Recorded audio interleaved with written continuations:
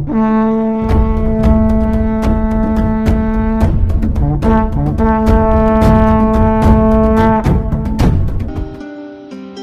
नमस्कार। ईश्वर अनुसंधान केंद्र की प्रस्तुति YouTube चैनल सनातन सत्यम के इस 27वें एपिसोड में आपका स्वागत है। दोस्तों, मथुरा, वृंदावन, गोकुल, फलेन, गोवर्धन, नंदगांव और बरसाने का पूरा इलाका ब्रज भूमि कहलाता है।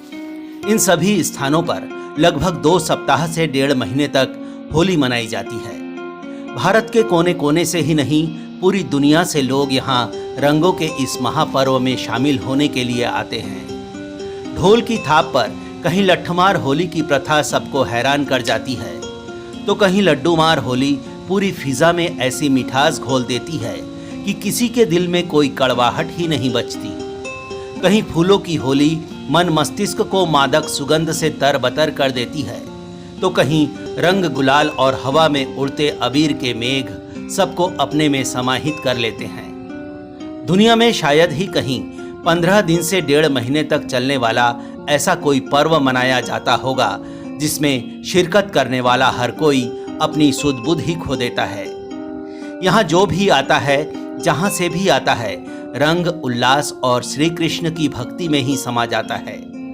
आखिर ऐसा क्यों है, जबकि हम सभी जानते हैं कि हिरण्याक्ष, हिरण्यकश्यपु, होलिका और विष्णु के परम भक्त प्रहलाद की पौराणिक कथाओं से होली पर्व की शुरुआत हुई थी। इतना तो तय है कि होली का पर्व द्वापर युग में शुरू नहीं हुआ है, बल्कि ये त्योहार प्राचीन है और पौराणिक काल से ही मनाया जा रहा है। यही वजह है कि भारत के अलग अलग प्रांतों में या अंचलों में इसे अलग अलग नाम और ढंग से मनाया जाता है। हमें पता लगाना होगा कि आखिर द्वापर युग में ऐसा क्या हुआ था कि ब्रजमंडल की होली देश की बाकी होली से अलग है और सब पर भारी भी है। दोस्तों, हम सब जानते हैं कि देवकी और वसुदेव की 8वीं संतान कृष्ण के जन्म के समय कंस ने उस समय जन्मे तमाम बालकों को मार डालने का फरमान सुनाया था। अपनी मौत के कारण को मिटा देने की कोशिश में कंस ने उस समय इस पूरे अंचल में जन्मे तमाम बालकों को मौत के घाट उतरवा दिया था।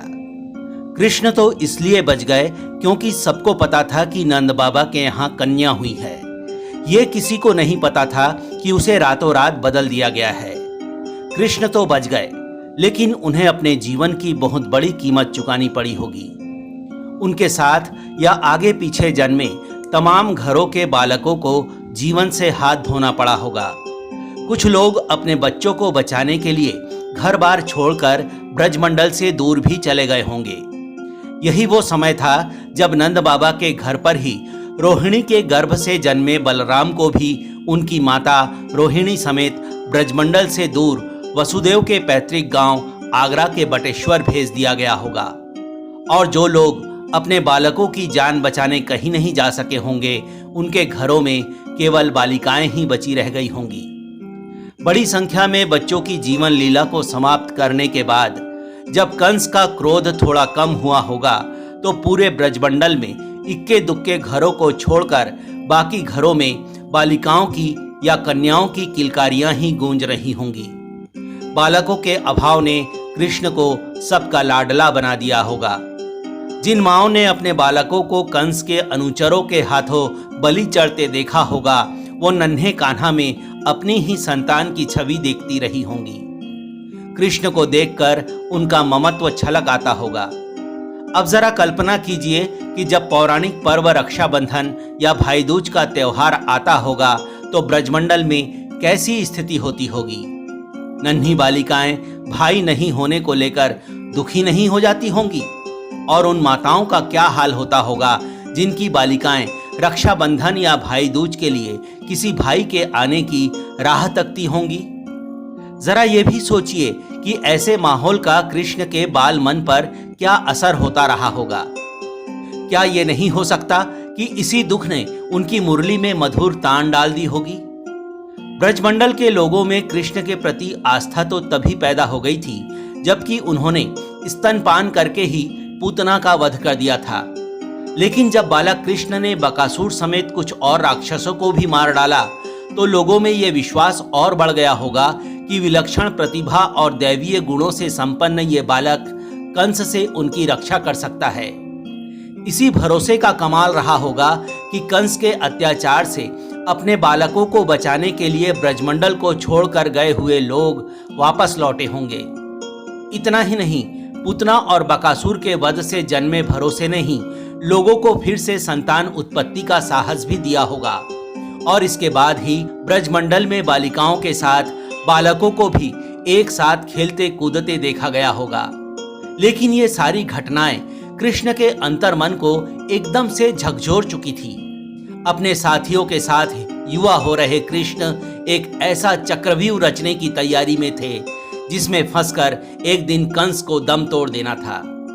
कृष्ण का अब एक ही मकसद था, मथुरा की घेराबंदी करना ताकि अत्याचारी कंस कमजोर हो सके और आगे चलकर इसी चक्रव्यूह के परिणाम के रूप में सामने आने वाला था ब्रजमंडल में होली का ये महापर्व।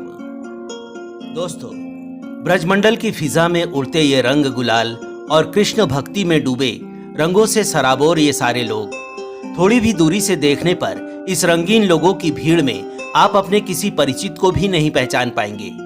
यही तो वो रणनीति है जिसे कृष्ण अत्याचारी कंस के खिलाफ इस्तेमाल करना चाहते थे। दोस्तों, आइए एक बार फिर द्वापर युग की ओर लौटते हैं और देखते हैं कि युवा हो रहे कृष्ण अपने साथियों के साथ क्या कर रहे हैं। अरे ये क्या, कृष्ण तो अपने साथियों के साथ गोपियों का मक्खन चुरा रहे हैं और उनकी दही हांडियां फोड़ रहे हैं। घबराइए मत, यह भी कृष्ण की कंस के खिलाफ एक रणनीति है। इतना ही नहीं, यमुना में स्नान कर रही गोपियों के वस्त्र उठाकर पेड़ों पर टांग देना भी इसी रणनीति का हिस्सा है। दरअसल अत्याचारी कंस की राजधानी मथुरा की घेराबंदी करना और उसे कमजोर करना इस रणनीति का उद्देश्य है। कृष्ण नहीं चाहते हैं कि गोकुल समेत पूरे ब्रजमंडल के गांवों से दूध, दही और मक्खन मथुरा पहुंचे। वो गोपालकों से दूध, दही और मक्खन का उत्पादन बंद करने को तो नहीं कह सकते, बस उनकी कोशिश है कि ये सामग्री मथुरा ना पहुंचे। इसके लिए जरूरी है कि अपनी मित्र मंडली के साथ वो इस सामग्री का उपभोग करना शुरू कर दे। इतना दूध, दही और मक्खन खा पी लिया जाए कि पूरे गांव का उत्पादन उन पर ही खप जाए और ऐसा आसपास के तमाम गांव के युवा भी करें ताकि शक्तिवर्धक सामग्री का मथुरा पहुंचना दुभर हो जाए। इसके लिए भले ही मवेशियों और बंदरों को भी मक्खन खिला देना पड़े तो कोई दिक्कत नहीं। कृष्ण अपने साथियों के साथ आसपास के तमाम गांव के युवाओं को भी जोड़ रहे थे और जो गोपियां या गोपालक उनका कहना नहीं मानते तो मथुरा की ओर जाते वक्त उनकी हांडियों को गुलेल मारकर तोड़ दिया जाता था। कृष्ण सब गोपियों से ये मनवाना चाहते थे कि वो अपनी दूध, दही और मक्खन की हांडियां मथुरा की ओर ना भेजें। अपनी बात मनवाने के लिए ही वो नदी में स्नान कर रही गोपियों के वस्त्र लेकर पेड़ों पर भी चढ़ जाते और गोपियों से अपनी बात मनवाने के बाद ही उनके वस्त्र लौटाते। चाहे कुछ भी करना पड़े, तमाम गांव के युवक और युवतियों को जागरूक करना आवश्यक था ताकि अत्याचारी कंस और उसके सैनिकों को कमजोर किया जा सके। लेकिन कंस भी हाथ पर हाथ धरे रखकर बैठने वाला नहीं था। वो एक अत्याचारी राजा था।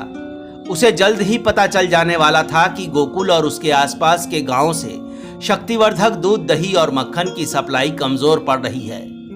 कंस कभी भी प्रतिक्रिया कर सकता था और उसकी चपेट में तमाम गांवों के गोपालक और गोपियां आ सकती थी। ऐसे में कृष्ण को सावधानी बरतनी जरूरी थी। वो अपनी योजना किसी को भी नहीं बता सकते थे, लेकिन अपनी योजना में शामिल तमाम गांव के युवक और युवतियों को शारीरिक रूप से मजबूत करके युद्ध कौशल में निपुण करना भी उनका परम दायित्व था। इसके लिए आवश्यकता थी एक छद्म आवरण की, ताकि ये सब होता भी रहे और किसी को किसी तरह का संदेह भी ना हो। आप खुद सोचिए कि रंगों से सराबोर उत्सव में मस्त इन कृष्ण भक्तों को देखकर क्या ये लग सकता है कि ये सब अनजाने में ही सही एक बड़ी राजनीतिक योजना, एक बड़े जन आंदोलन और युद्ध की रणनीति का अहम हिस्सा है? दोस्तों, ब्रजमंडल में होली की धूम जारी है।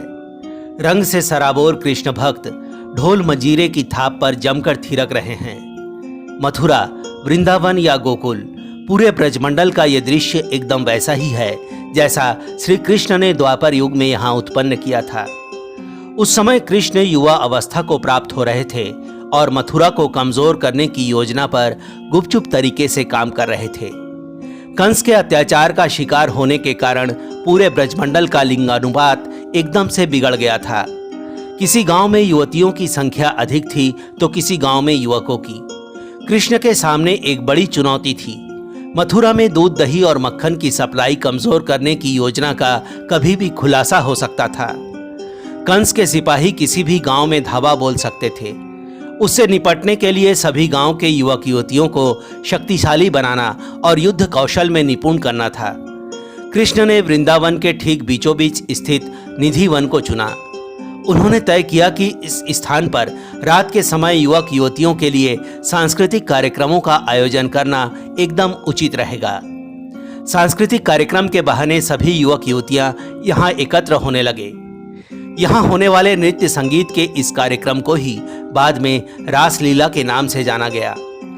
यही वो स्थान भी रहा होगा जहाँ श्री कृष्ण ने होली के छद्म आवरण के साथ युवक युवतियों को युद्ध कौशल सिखाने की तरकीब सोची होगी। उन्होंने युवतियों के हाथों में लट्ठ पकड़ाने की रणनीति अपनाई और लट्ठ की मार सहने के लिए अपने साथियों के साथ स्वयं तैयार हो गए।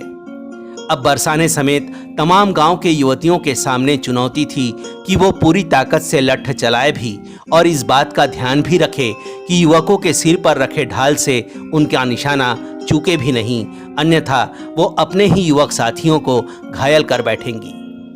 श्री कृष्ण की महिला सशक्तिकरण का यही उदाहरण आज लट्ठमार होली के नाम से जाना जाता है। इसी तरह से ये भी तय करना था कि अगर कंस के सिपाही किसी गांव में आते हैं तो उन अत्याचारियों को खदेड़ने के लिए युवतियों को छतों पर चढ़कर उन पर पत्थर बरसाना होगा और ये पत्थर सही निशाने पर लगे, इसका अभ्यास होली की आड़ में ही किया जा सकता था।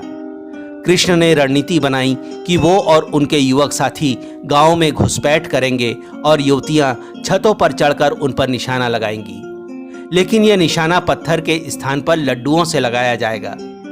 किसी को शक ना हो इसलिए इस युद्ध के अभ्यास को भी होली से जोड़ दिया गया और आज हम इसे लड्डू मार होली के नाम से जानते हैं। कृष्ण महिलाओं को लाठी चलाना सिखा रहे थे, उन्हें पत्थर से निशाना लगाना सिखा रहे थे, लेकिन ना तो सीखने वालों को पता चल रहा था कि वो क्या सीख रहे हैं और ना ही ब्रजमंडल के ग्रामीणों को कृष्ण की योजना समझ आ रही थी। पूरे ब्रजमंडल में होली के दौरान 1.5 महीने तक उत्साह की तरंगे हिलोरे ले रही थी और कंस के कानों में जूं तक नहीं रेंग पाई कि कृष्ण ने उनके खिलाफ जन आंदोलन का बिगुल भी फूंक दिया है।